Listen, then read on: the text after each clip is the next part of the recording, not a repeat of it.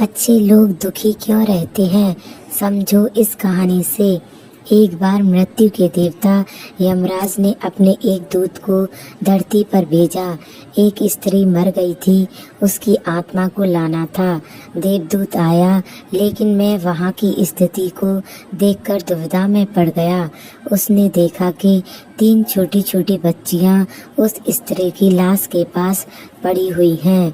एक अभी भी उस मृत स्त्री के स्तन से लगी हुई है, दूसरी बिलक बिलक कर रो रही है और तीसरी रोते हुए सो गई है। उसके आंसू उसकी आंखों के पास ही सूख गए हैं। 3 छोटी जुड़वा बच्चियों की माँ मर चुकी है। परिवार में और कोई है ही नहीं। पिता पहले ही मर चुका है। इनका क्या होगा, कौन इन्हें संभालेगा? यह सोचकर देवदूत को बहुत दुख हुआ। इसलिए मैं खाली हाथ ही वापस लौट गया और अपने प्रधान से जाकर बोला, मैं उस स्त्री की आत्मा को न ला सका, मुझे क्षमा करें। लेकिन आपको स्थिति का ज्ञान नहीं है। मेरी जगह आप होती तो शायद आप भी यही करते। उस स्त्री की 3 छोटी छोटी जुड़वा बच्चियां हैं, वह अभी भी उसके स्तन से लगी हुई हैं और दूसरी रोते रोते सो गई है और तीसरी चीख चीख कर रो रही है। परिवार में उन्हें संभालने वाला और कोई नहीं है। ऐसी स्थिति को देखकर मैं उस स्त्री को न ला सका। क्या ऐसा नहीं हो सकता कि उस स्त्री को कुछ समय और दे दिया जाए ताकि बच्चियां थोड़ी और बड़ी हो जाएं? यह सब सुनकर मृत्यु का देवता जोर से हंसा और बोला, तो तू ज्यादा समझदार हो गया है। उस परमात्मा से भी जिसकी मर्जी से जीवन मिलता है और जिसकी मर्जी से मृत्यु। तूने पाप तो बहुत बड़ा किया है और इसकी तुझे सजा मिलेगी। और सजा यह है कि तुझे पृथ्वी पर फेंक दिया जाएगा और तू तब तक वापस नहीं आ सकता जब तक तू अपनी मूर्खता पर 3 बार हंस नहीं देता। देवदूत राजी हो गया। इस सजा को भोगने के लिए उसे पूरा भरोसा था कि सही तो मैं ही कर रहा हूँ, फिर हंसने का मौका ही क्यों आएगा। देवदूत को जमीन पर फेंक दिया गया। ठंड का मौसम था। वह एक सड़क के किनारे नग्न अवस्था में पड़ा हुआ था। उसी समय एक चमार वहां से गुजरा। वह कुछ पैसों की व्यवस्था करके ठंड के मौसम में अपने बच्चों के लिए गर्म कपड़े और कंबल लेने बाजार जा रहा था। रास्ते में उसने एक नग्न व्यक्ति को ठंड में ठिठुरता देखा तो उसे उस व्यक्ति पर दया आ गई। उसने अपने बच्चों के लिए गर्म कपड़े और कंबल लेने की बजाय उसने देवदूत के लिए कपड़े और कंबल खरीद लिए। उस नग्न व्यक्ति ने कहा, मेरा कोई परिवार नहीं है और ना ही रहने की व्यवस्था है। इस भयानक ठंड में मैं क्या करूँगा? चमार ने कहा, तू चिंता मत कर, तू मेरे साथ मेरे परिवार में रहने के लिए चल। लेकिन ध्यान रखना, मैं अपने बच्चों और पत्नी के कपड़ों के लिए जो पैसे लाया था उससे मैंने तेरे लिए कंबल और कपड़े खरीदे हैं और अब तुझे घर भी ले जा रहा हूँ। इसलिए मेरी पत्नी गुस्सा जरूर होगी और शायद भला बुरा भी कहेगी, लेकिन तू परेशान मत होना, कुछ दिनों में सब कुछ ठीक हो जाएगा। उस दिन दूध को लेकर चमार घर पहुंचा। अब ना तो चमार को पता था कि जिसे लेकर जा रहा है वह दूत है और ना ही पत्नी को पता था कि जो आया है वह देवदूत है, जिसके आते ही घर में खुशियों की बाढ़ आ जाएगी। जैसे ही चमार देवदूत को लेकर घर पहुंचा और पत्नी को सारी घटना बताई, पत्नी तो गुस्से से आग बबूला हो गई। वह चमार पर बरस पड़ी, बहुत भला बुरा कहा। उसने बहुत चीखी चिल्लाई। उस दिन देवदूत पहली बार हंसा। चमार ने पूछा, क्या बात है, हंसते क्यों हो? देवदूत ने कहा, जब मैं 3 बार हंस लूँगा तो हंसने का कारण भी बता दूँगा। देवदूत पहली बार हंसा क्योंकि उसे चमार की पत्नी नहीं देख पा रही है कि वह कौन है और उसके घर कौन आया है, जिसके आते ही घर में 1000 खुशियों के द्वार खुल जाएंगे।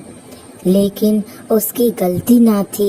व्यक्ति देख ही इतनी दूर तक सकता है, वह तो बस इतना ही देख पा रही थी कि बच्चों के कपड़े और कंबल चले गए। जो खो गया उसे तो वह देख पा रही थी, लेकिन जो मिला है उसे वह ना देख सकी। तो देवदूत हंसा। उसे अपनी मूर्खता यह पत्नी नहीं देख पा रही। क्या घट रहा है? अब क्यों वह देवदूत था, इसलिए सिर्फ 90 ही दिनों में उसने चमार का सारा काम सीख लिया। वह जूते बनाने लगा और सिर्फ कुछ ही महीनों में इतने बिके कि चमार अमीर हो गया। साल भर में तो सारे देश में यह बात चल गई कि उसके जैसे जूते कहीं और नहीं बन सकते। राजा और सम्राटों के जूते और उसके यहाँ बनने लगे थे। चमार के घर धन की बारिश हो गई। सब बहुत खुश था और सब कुछ बहुत अच्छा चल रहा था। एक दिन सम्राट का एक आदमी आया और बोला, यह चमड़ा बड़ा कीमती है, आसानी से मिलता नहीं, कोई गलती नहीं होनी चाहिए। सम्राट के लिए जूते बनाने हैं और ठीक इस तरह के बनाने हैं। ध्यान रखना, जूते ही बनाने हैं, चप्पल नहीं। उस राज्य में ऐसी प्रथा थी कि जब कोई व्यक्ति मर जाता था तो उसे चमड़े की चप्पल पहनाकर चिता पर लिटाया जाता था। चमार ने देवदूत से कहा कि चप्पल मत बना देना, जूते ही बनाना। सम्राट का स्पष्ट आदेश है और ध्यान रखना, चमड़ा सिर्फ इतना ही है, कोई गलती मत करना वरना बड़ी मुसीबत में फंस सकते हैं। सम्राट का काम है। इतना कहने के बाद भी देवदूत ने उस चमड़े से चप्पल ही बनाई। उसने देखा कि देवदूत ने जूते की जगह चप्पल बनाई है तो वह आग बबूला हो गया। वह गुस्से में इतना पागल हो गया कि डंडा लेकर देवदूत को मारने दौड़ा। उसने कहा, तुझे बार बार समझाया था कि जूते ही बनाना, लेकिन तूने चप्पल बना दी। अब सम्राट हमें छोड़ेगा नहीं, तू तो मरेगा ही, लेकिन साथ ही मुझे और मेरे परिवार को भी फांसी लगवा देगा। इतना सुनते ही देवदूत खिलखिलाकर हंस पड़ा।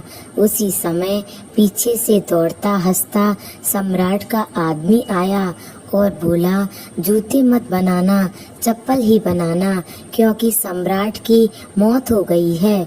इतना सुनते ही चमार ने देवदूत के पैर पकड़ लिए और कहा, मुझे माफ कर दो, मुझसे बहुत बड़ी भूल हो गई। देवदूत ने कहा, कोई बात नहीं, मैं अपनी सजा भोग रहा हूँ। चमार ने कहा, कौन सी सजा और तुम हंस क्यों रहे हो? दूत ने कहा, जब 3 बार हंस लूँगा तो सब कुछ बता दूंगा।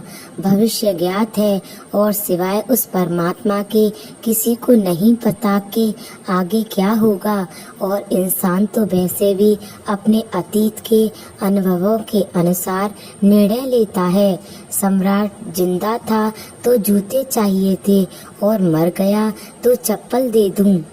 दोबारा हंसा, यह सोचकर कि भविष्य में ज्ञात नहीं और हम आकांक्षा करते रहते हैं, अनुमान लगाते हैं, जो कि पूरी तरह व्यर्थ है। हम इच्छा करते हैं कि यह घटेगा, लेकिन वह कभी नहीं होता, क्योंकि कुछ और ही घटना तय है। हमारी नीति बिना हमसे पूछे चलती है, लेकिन हम भी बेवजह हल्ला मचाए रहते हैं। चाहिए चप्पल, लेकिन जूते बनवाते हैं। मरने का समय नजदीक आ रहा है, लेकिन हम जिंदगी का आयोजन करते हैं। तो देवदूत को लगाकर मुझे क्या पता क्यों, लड़कियों का भविष्य क्या होगा? मैं भी वजह ही बीच में पड़ा। यही सब सोचकर अपनी मूर्खता पर आज देवदूत खिलखिलाकर हंसा। इसी प्रकार कुछ वर्षों बाद एक तीसरी घटना घटी। देवदूत चमार की दुकान पर बैठा जूते बना रहा था।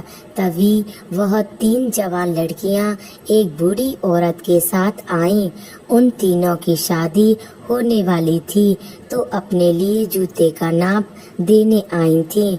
देवदूत तो उन्हें देखते ही पहचान गया कि यह वही तीनों लड़कियां हैं जिन्हें वह उनकी मृत माँ के पास छोड़कर आया था, जिसके कारण आज वह यह सजा भोग रहा है।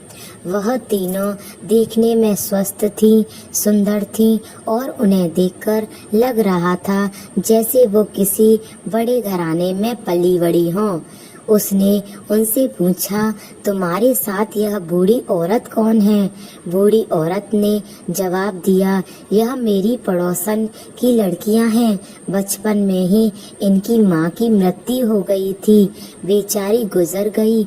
उसके पास खाने को भी ना था। उसके स्तनों में इनको पिलाने के लिए दूध न था। वह इन्हें दूध पिलाते ही मर गई।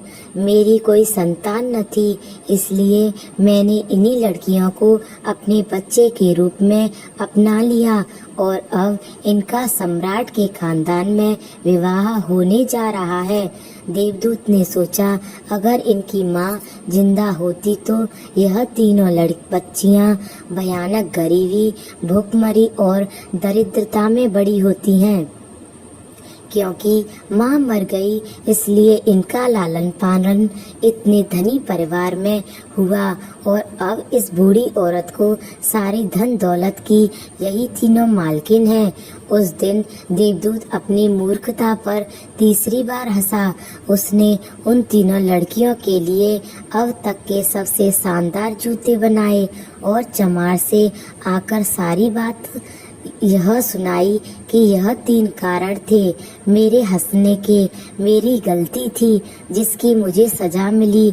अब मैं समझ गया हूँ कि नीति सबसे बड़ी है और हम सिर्फ उतना ही देख पाते हैं जितना हम देख सकते हैं, और जो हम नहीं देख सकते वह बहुत बड़ा और विशाल है, और जो हम देख सकते हैं उससे हम उस बात का सटीक अंदाजा नहीं लगा सकते जो घटा है।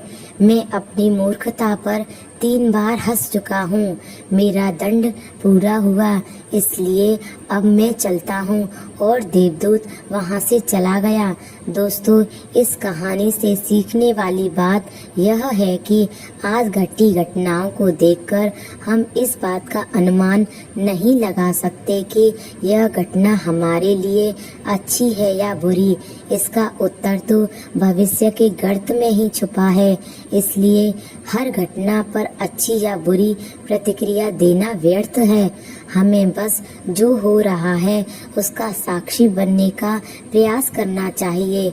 गौतम बुद्ध भी अपने उद्देश्यों में यही कहते हैं कि ना तो अतीत के लिए पश्चाताप करो और ना ही भविष्य की चिंता करो। बस आज में जियो, इस पल में जियो और इसी के साथ एक हो जाओ। बस यही एकमात्र तरीका है खुद को उन सभी चिंताओं से मुक्त कर रखने का जिनका परिणाम तुम्हारे बस में नहीं है। यह कहानी अच्छी लगे तो लाइक, शेयर और सब्सक्राइब करें। धन्यवाद।